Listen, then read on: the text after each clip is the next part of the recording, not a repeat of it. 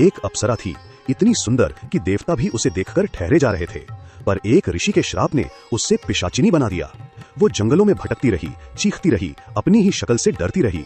पर उससे मुक्ति मिली एक व्रत से, पापा मोचनी एकादशी, जो इस 15 मार्च को आ रही है। ऋषि मेधावी, ऋषि चवान के पुत्र एक घने जंगल में बरसून से तपस्या कर रहे थे।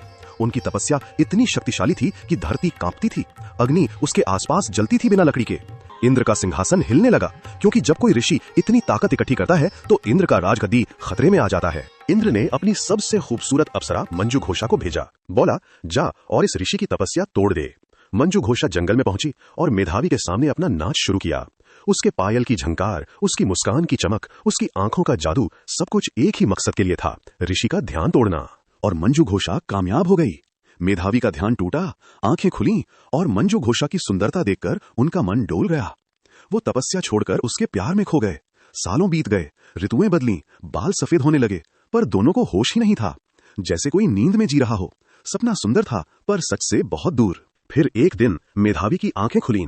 जैसे नशा उतारता है, वैसे ही सच सामने आया। उन्होंने देखा, उनकी तपस्या का अग्निकुंड बुझ चुका था, उनके रुद्राक्षा टूटे पड़े थे और उनके बाल सफेद हो चुके थे। सालों की तपस्या बर्बाद। एक ही पाल में उन्हें एहसास हुआ कि इंद्र ने उन्हें धोखा दिया है, मंजू घोषा के जरिए। मेधावी का क्रोध भड़क उठा। उसकी आंखों में वो आतिश लौट आई जो बरसों से सोई थी। उन्होंने हाथ उठाया और गरजते हुए बोला, तूने मेरी तपस्या बर्बाद की, तू पिशाचिनी बन जा। मंजू घोषा चीख उठी।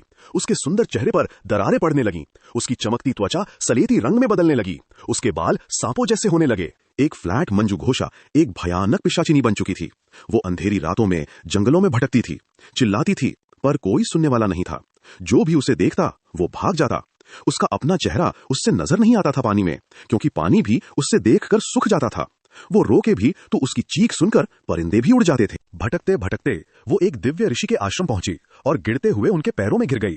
ऋषियों ने उससे पापा मोचनी एकादशी का रास्ता बताया। बोले, चैत्र मास के कृष्ण पक्ष की 11वीं तिथि को पूरे दिन व्रत रख, भगवान विष्णु की पूजा कर, रात भर जाग, तो तेरा श्राप कटेगा और तेरे सारे पाप धुल जाएंगे। मंजू घोषा ने पूरी श्रद्धा से व्रत रखा। भूखा रही, प्यासी रही, पर एक पल भी भगवान विष्णु का ध्यान नहीं छोड़ा।